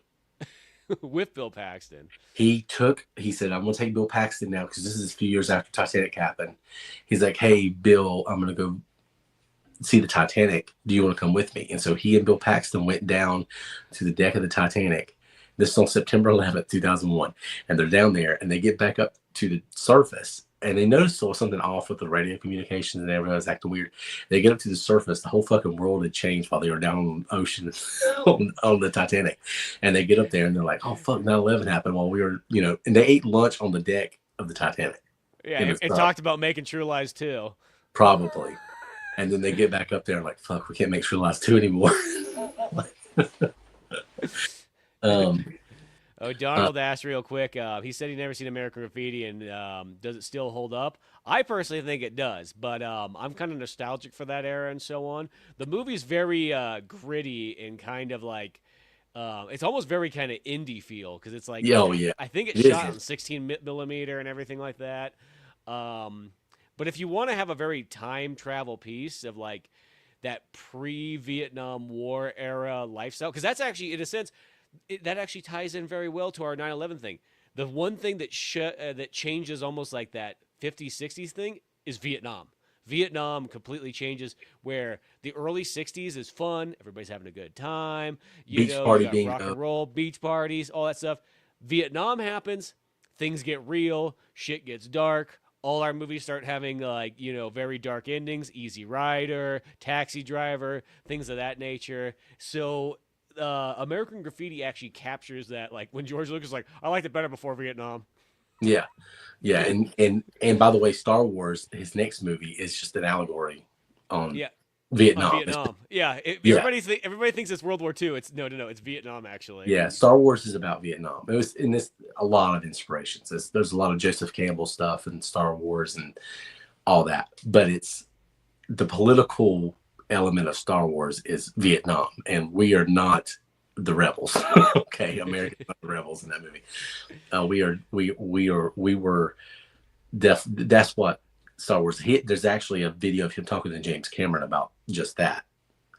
Um, but American Graffiti, the most contemporary example of what that movie was like Once Upon a Time in Hollywood, where you're kind of escaping to another time, and it's kind of whimsical in a way. But American Graffiti is just very um, it almost feels pointless, and it has a point, but it's kind of just moving along at its own pace.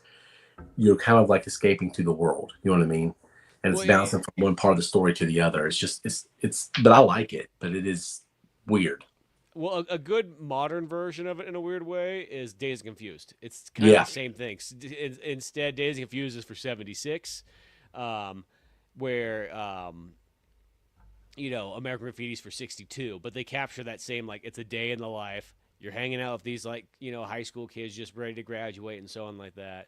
You know, just American Graffiti will throw in that Vietnam thing at the very end for like so it's a 70s movie when you see the ending.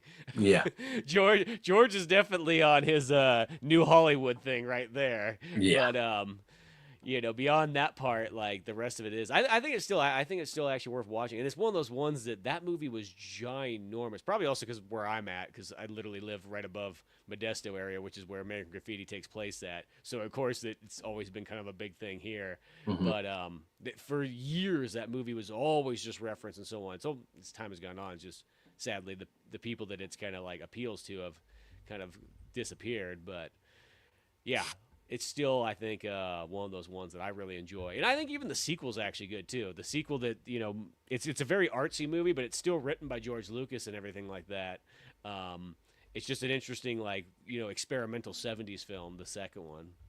There's zero chance you get Star Wars without American Graffiti. Zero chance.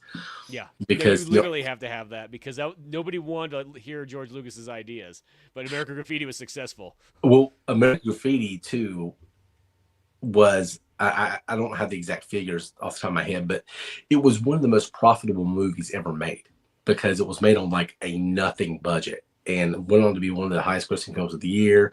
It was nominated for Best Picture, so it was a massive, massive success. Like you give them this much and you get this much. So that's the only reason they even entertained the idea of him doing Star Wars. And it really he went through all the studios until Alan Ladd was like, okay, let's look at this. But even then, it was like, and then George Lucas went on to say, fuck the studios, like Exactly. with the next like 5 movies he made, which was great. Yeah, but no, yeah, American Graffiti was one of those ones that came back multiple times in cinemas before even VHS and so on. Like, yeah, it made a crap ton of money, and it was like really like I think just a cultural revolution for a lot of people that wanted to be like, you know what, that's what I want to remember is the good old '60s, that part of it. And then he follows up with the greatest merchandise movie of all time. Yeah, there's a look. George Lucas is the epitome of bohemian capitalism.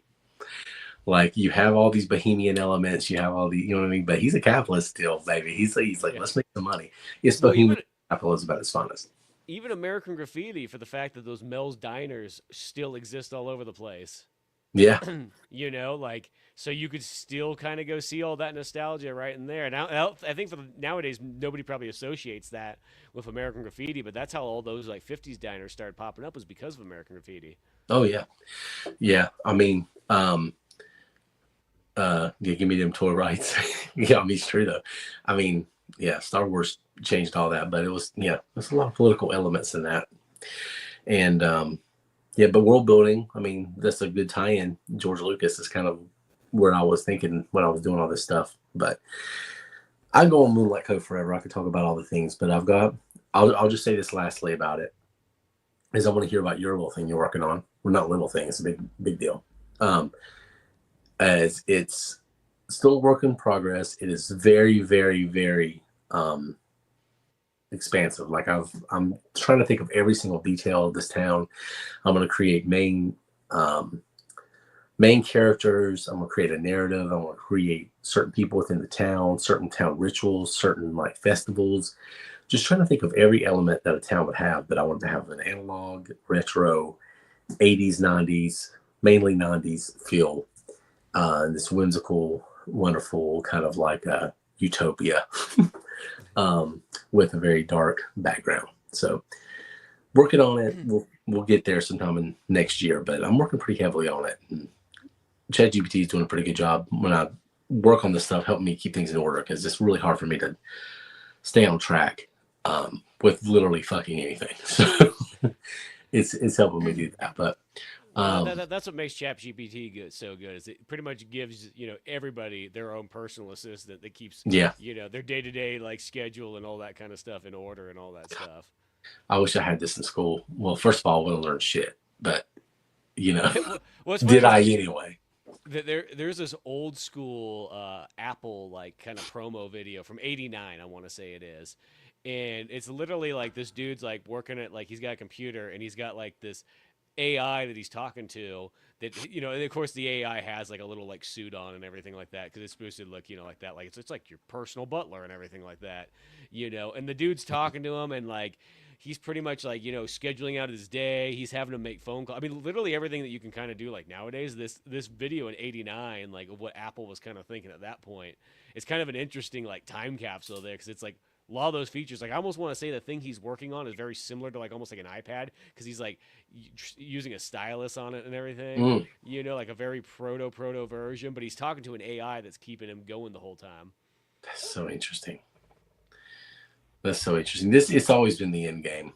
I don't know if end game's the best word for it because that sounds scary as shit. But yeah, I mean that's where it's going. But hey, right now, yeah, exactly.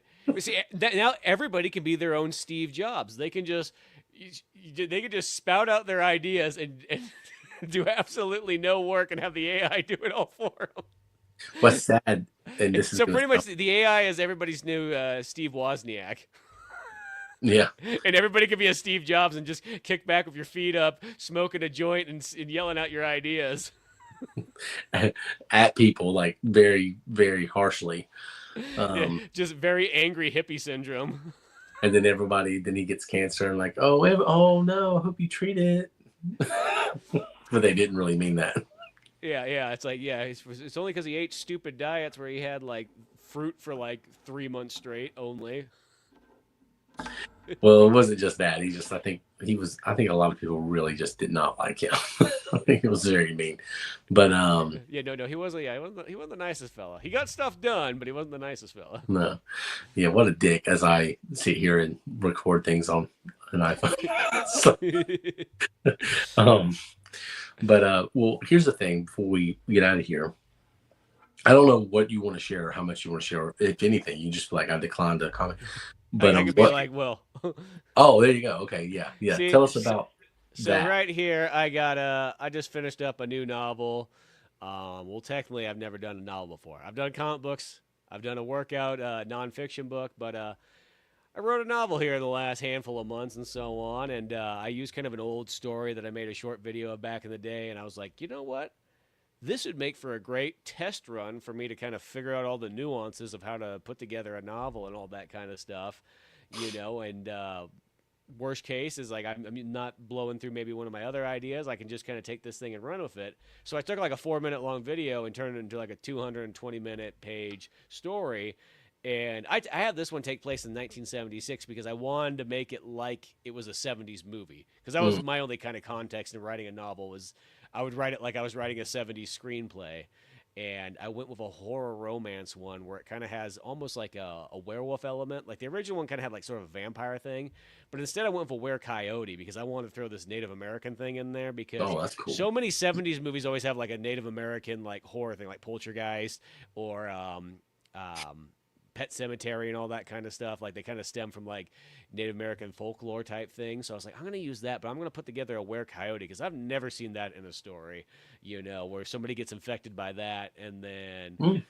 they kind of have to go through these trials and tribulations and like a small town kind of, mix match story.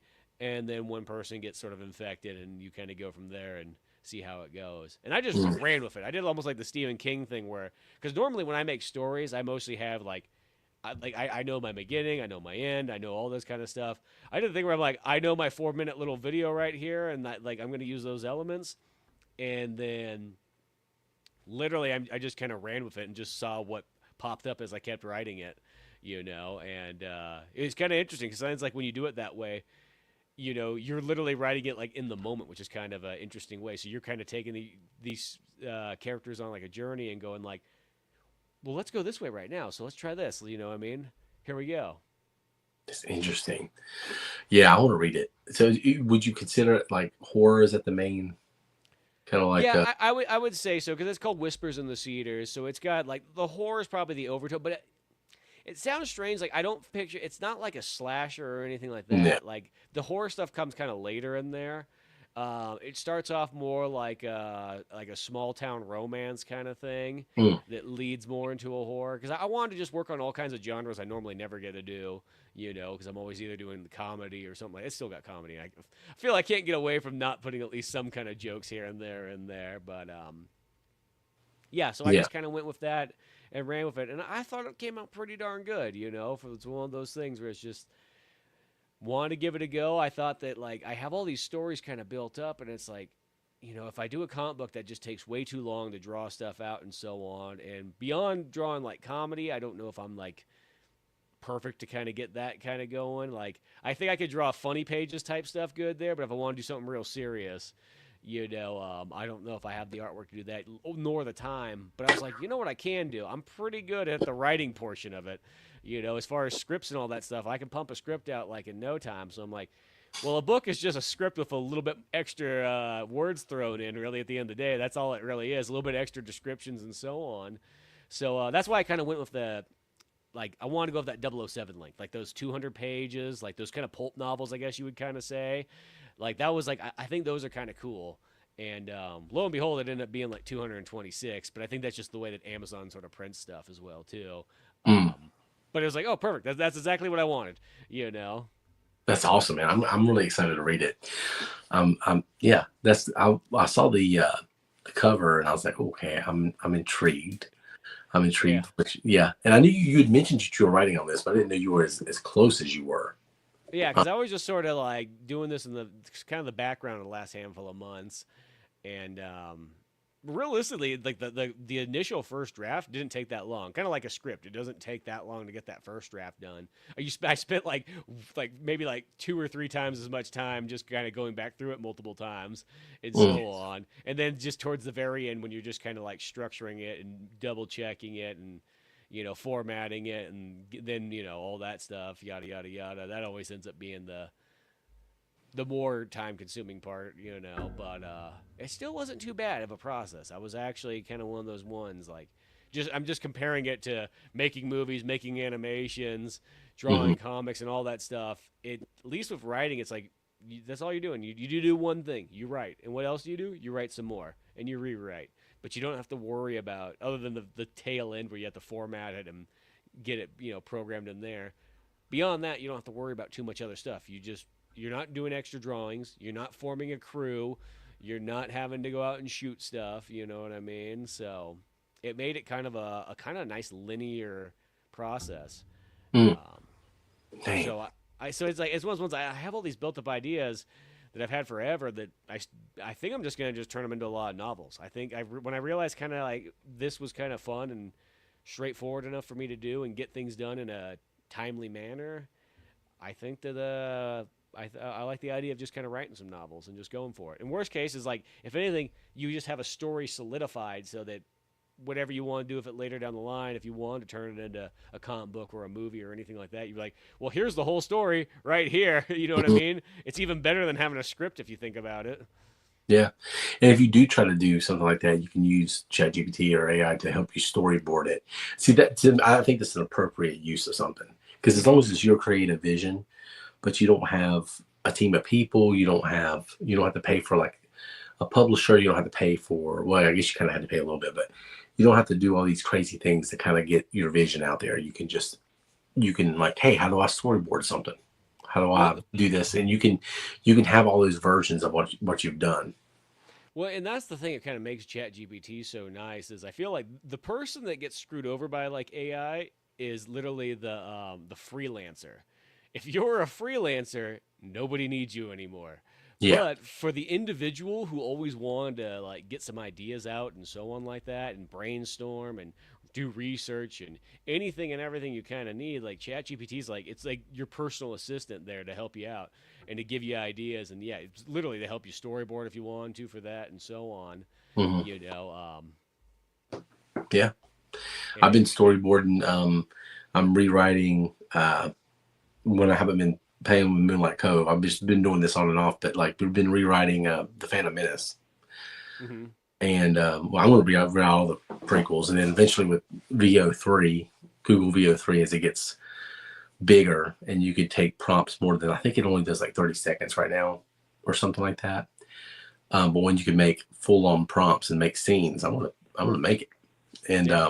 Well, 30 seconds is almost good enough to make like almost any shot you would want. yeah, oh yeah, yeah, it's getting there. I mean, some of these little AI stories I see from it's usually Star Wars on YouTube and stuff that people have created like these dialogues and they have the scene of like Vader visiting Padme's grave and all this stuff. I mean, it's like, man, that's crazy that this is, they just prompted this, but I want mine to be more than a prompt. But to answer your question, don't know. I've not seen Weapons yet. Everybody's telling me I have to. Have you seen Yeah, it? I haven't seen it either. Yeah, it kind of just came out of like nowhere. I just noticed that one just kind of popped up in cinemas. Everybody's telling me I need to see that and Naked Gun, that they're both amazing. Oh, interesting. I wouldn't mind seeing that one as well too. I've heard that people have said the Naked Gun and like people that are reputable, that are like, I respect their opinion, have said things like it's the funniest movie in a decade or more. Things like Interesting. that. Yeah, like it's got high praise from Yeah. certain people. So I'm interested in seeing it. Well, it has Seth MacFarlane producing it, and that kind of told me that I was like, that's probably a good sign because when he makes that's like I feel like Family Guy is great for what it is, but realistically, when he makes like live action movies and so on like that, I know he's just a producer on this one. Like, there's some of the best ones, like Ted 2 especially, A Million Ways to Die in the West, Orville. Like, they were all like really dialed in. Hmm. Yeah, I'm a big fan of him. He's a genius. He's somebody who just legitimately is just Yeah, a genius. does a lot of good stuff, but He's kind of one of those polymaths, like in entertainment form, that can kind of do a little bit of everything. But yeah, I want and I still haven't seen Sinners yet, but I've heard that was really good. that one's pretty good too. Yeah, I saw that one. Yeah, but yeah, congratulations on Yeah. writing that.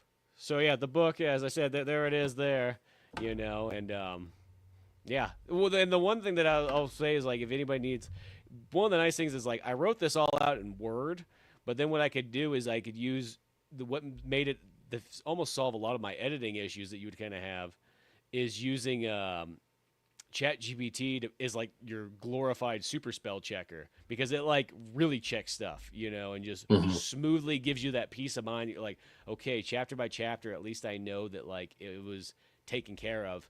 It's almost like you had somebody who can legitimately read stuff over. And the reason I say this is because when I did comic books, there was one time I gave out one of my issues to 15 different people to have them read it over and to look for issues. And out of the 15 different people, nobody had the same mistake twice. Yeah. So it was like one of those ones where it's like, well, I never got the same mistake twice back from somebody. So so it goes to show that how hard it is for just the regular, and that's a comic book. That was like a single issue. It was like 24 pages. So if I'm trying to give out 200 pages, like that's where ChatGPT's been kind of really nice. Is like, it just gives you that peace of mind. Like it checks it over, make sure that all your grammar's fine, make sure that all your spelling's good. I mean, Word does that fine, but Word kind of treats it like a document. So it doesn't sometimes always know like what you mean in like novel form or like dialogue, where ChatGPT kind of understands that. Damn, that's really amazing. Yeah, I've been addicted to it lately too. You got to be careful with it because it kind of reaffirms you a lot and says a lot of nice things about you. Well, yeah, ChatGPT, like, because this is the weird thing I've noticed is ChatGPT compared to Grok, is ChatGPT talks to you like, hey man, I'm your hype man, I'm in the corner. That's a great idea. You should totally do it. All that stuff. Where Grok kind of talks to you like it's a nerdy guy that you're asking questions who doesn't really want to be bothered. Where it's just like, well, I told you in the previous paragraph, but I guess your monkey mind didn't remember it. It needs that. It needs that balance, though. You need that balance because Yeah, like it sounds weird, but like Grok kind of like if you ask like the same question a couple times, you feel like you're fucking taking up its time. Like it looks at you like like you're a fucking moron. Where ChatGPT's like, dude, no worries, man. I got this. Here you go. Here's that information again. You want to know what that recipe is one more time? Here we go. We can mix it with this and that. Where Grok could be like, well, you could do it like that, but are you sure you really want to? Like, it starts like giving you like that, where it's like, I don't know if I want you, I don't know if I need to be so hyped up, but then at the same time, when like you kind of make me feel like I shouldn't be asking questions. I've had this idea for a while, like an Apple AI that's not Siri, but it's Serena, and she's got an attitude. And like you ask her a question, like, oh, yeah. Dude, What you want? I was doing something, and then he's like, I was wondering why you ask these dumbass questions? God, I mean, I'll answer and everything, but why you gotta be so stupid? That's what I want Serena to be like. Well, because Apple needs to do it because Siri is nowadays Siri is like it's like talking to the special ed kid of AIs anymore. God. Because you talk to like Siri and you ask it a question and you ask it one thing and it's like, did you mean to talk about this? Well, here's a website. And it's like, no, that's not what I was asking. It was a simple question that was practically like, I think it was like I was asking it one time, like how much protein or how much grams of protein are in yada, yada, yada of this type of food. And then it was like, oh, here's a picture of a website that shows you. And it's like, yes, damn it. I hate that. Damn it, Siri. You're so bad anymore. You felt like you were special in 2010 or whatever, and now you just feel like Oh, I hate it. You ask anything, and it sends you pictures of websites. I could have just Googled it. Why yeah, not well, even that's the stupidest thing. It's like because I thought the whole feature of Siri was that I could hold that button when I'm driving, and not even look at my phone, and then I could talk into it, and you would talk back to me, and you're not very good at that. Yeah. It's weird that Apple has not updated. I mean, I'm assuming they're working on it in the background because that's an Apple thing to do is to wait their sweet time before releasing it. But yeah, I hope it's Serena. yeah. Well, Grok has a mode where you can have it where it be like the bitchy girlfriend talks back. Oh to you. yeah. But the downfall is you got to pay for like the $30 version or something to get like all those good features. Yeah. I've never used Grok. I've never used it. It's good. It's good. It's not as good as ChatGPT. That's where I've kind of come to the conclusion. Yeah. It's I think its best feature is it policing. Say what you will about Musk or however you feel politically, whatever. I do think the best feature of that is it polices misinformation. Mm-hmm. And I think that's its main function, really. I think that's the most important function of whatever that is. Apple will never outsearch engine Google. Probably not. Especially considering it just uses like It just said, "Here's some links to sites." I'm like, well, I'm trying to have a conversation, but whatever Yeah. she was hearing. Well, I've well, definitely said, nowadays you could literally full on sit down with ChatGPT, and I can just talk back to and forth it like me and you were talking right now. yeah, yeah, And it's yeah. like you almost don't even realize you're talking to a robot anymore. I have said I'm on the road. Siri, call my wife, and it'll be like, "You want this a rice recipe?" No, I don't. And I have said the most heinous, hateful. I've unleashed on Siri before, like 5 or 6 times, where I invented new cuss words. Like I'm just in a bad mood, and I need to unleash on somebody. I'm like, you know what, this bitch Siri. Oh man, she's about to get it. And I unleash hell. And if anybody ever heard me, then I was like, oh my god, this guy's a psycho, which I probably am, but. Um, yeah, that's what Siri's good for me. It's saying Yeah. things I would never say to a human. Well, I always realize every single time I go to use Siri is like I always realize like why are you even asking this thing? It hasn't got you something right in years, you know. Yeah, gosh. It's just because it's convenient. Because if you're driving, you can just reach over and just hold that button real quick. That's the only thing it's got going for it. Yeah, that's it. That's it. And it doesn't even work. Oh my gosh. Yeah, it's about to be replaced. Especially with when I'm on the road anyway, I'm irritable. I'm a whole different human. Anyway, I told this lady that I stopped at a stoplight. She was doing so bad. I said, I want you to take your keys. I want you to throw them in the. I said, I want you to park over there, throw your keys in that ditch, and never drive again. And I was so mad. I can't believe the way I act sometimes. Oh my gosh. But yeah, anyway, so Yeah. you wrote a book. I'm creating a world. Um, we're gonna try to do this every week. Analog Legends live streams every week, different stuff. Real quick, I've given up on the idea right now of this microphone working. It works on when I record videos by myself. It works just fine. But just doing these live streams, no matter what part I add to it or it just doesn't work. So um, where I'm at with it right now is we're just gonna have fun with these live streams. I don't have to edit them. I can get them up every week. And we've honestly had the most success doing that as of late, like in just terms of views and just terms of engagement. And so I just want to continue to grow that. So that's what we're going to do. Try to every Wednesday night do this. And we might do some movie reviews. We might do top 10 lists. We've got like a billion ideas that we could do.